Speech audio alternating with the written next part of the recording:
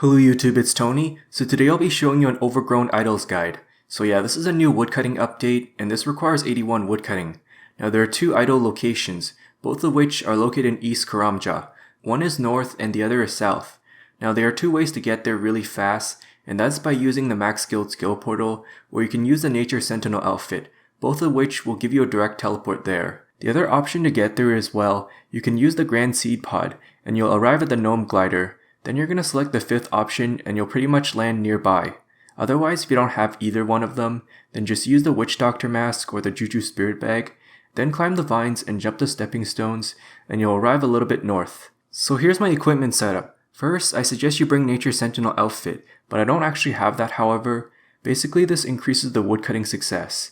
This also retains the effects of Lumberjack outfit, but I mean otherwise if you don't have that, that's fine. You can just use the Lumberjack outfit itself, and that will give you 5% more woodcutting XP. After that, I've augmented Crystal Hatchet, and the perk I have is Hone 5, which will increase the woodcutting success by 10%. Then I have the Enhanced Excalibur, which I'm going to store Wise 3 perk on it. So the Ring of Whispers also helps here, and that will give you 3 invisible woodcutting levels. Finally, I have Lumberjack Aura, and that increases the woodcutting success. Alright, so here's my inventory setup. I'll start off with the Perfect Juju Woodcutting Potion, and basically there's a 5% chance of getting double cuts, which lasts 1 hour every dose. Instead, I actually have the Perfect Plus Potion, and that lasts 4 hours and retains all the effects of it. So after that, I have the Decorated Woodcutting Urns. Unfortunately, the strong ones do not work, because they're not high enough tier. Then finally, I have an Urn Enhancer, and that will give you 25% more XP from teleporting urns. Now you can also use the Beaver Familiar, and that will give you 2 invisible woodcutting levels. Alright, so I'm going to be explaining how this activity works.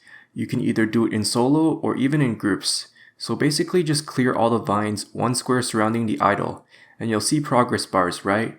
Well, there are 3 types of vines, the light, the medium, and the dense. It's kind of similar to the Taibo One-Eye Cleanup minigame. So basically when there are more players chopping, the faster it actually clears. Once you clear all the surrounding vines, you can finally start chopping the idol in the middle. Now you don't actually need to clear the other vines on the sides if there aren't any surrounding. I believe the respawn time for this is every 2 to 3 minutes after you clear it. So here's the really cool thing about this when you clear the idol. You'll get a buff, and that is one of 5 random buffs. So everyone in the same world gets the same buff. It will last up to 15 minutes, and it depends on how much contribution you've done towards the idol. So if you do get the full 15-minute buff, the chat message will say, "For your efforts, you receive the full power of the boost." I mean, it doesn't really seem to take that much contribution in order to get the maximum buff. The other thing to note is that the buffs will actually stack with each other. So basically, they'll stack for up to 1 hour. So anyways, I'm going to be telling you the effects of all 5 buffs. The first buff is doubling the woodcutting rate. So instead of every 4 ticks you cut, you actually cut every 2 ticks instead. The second buff will increase your woodcutting success by 10%. The third buff gives you a 10% chance to get double logs or cuts, and it also stacks with Perfect Juju Woodcutting Potion. Then the fourth one will give you 5% woodcutting XP. Then the fifth one, well, it will give you the log auto banking effect, which is exactly the same as the Evil Tree buff. I honestly think it's the most common to receive both the 5% woodcutting XP buff as well as the 10% chance of the double logs. Now the rarest buff I've seen, this is probably the double woodcutting rate. I mean, I haven't gotten a single buff of this for an entire hour. Alright, so here are the strategies. I'm going to talk about both the group strategy and the solo strategy. Starting with the group strategy, now there's an FC that's called WC Space Idols. So basically what they're going to be doing is using one world for the idols. At the time of this recording, the unofficial world is World 62. So what you're going to be doing is following an entire group of players within the FC. You're not going to be able to AFK at all, unfortunately. Well, almost not AFK at all, because basically the vines will clear a lot faster as more people are chopping. Anyways, when you're done clearing the idol, you're just going to pretty much go in the opposite idol. I believe it should take around 2 minutes to clear each idol, depending on how many players. So pretty much just repeat the same process. I mean, usually the next idol should instantly spawn after the previous one has been cleared. If not though, they'll probably spawn like after 1 minute at most. Anyways, the next strategy is called the solo strategy. So you're going to chop the vines in AFK. You do not want to AFK too long or else it might reset, I think. I'm not really sure, but that's what I heard. As you'll notice, it definitely takes longer to clear.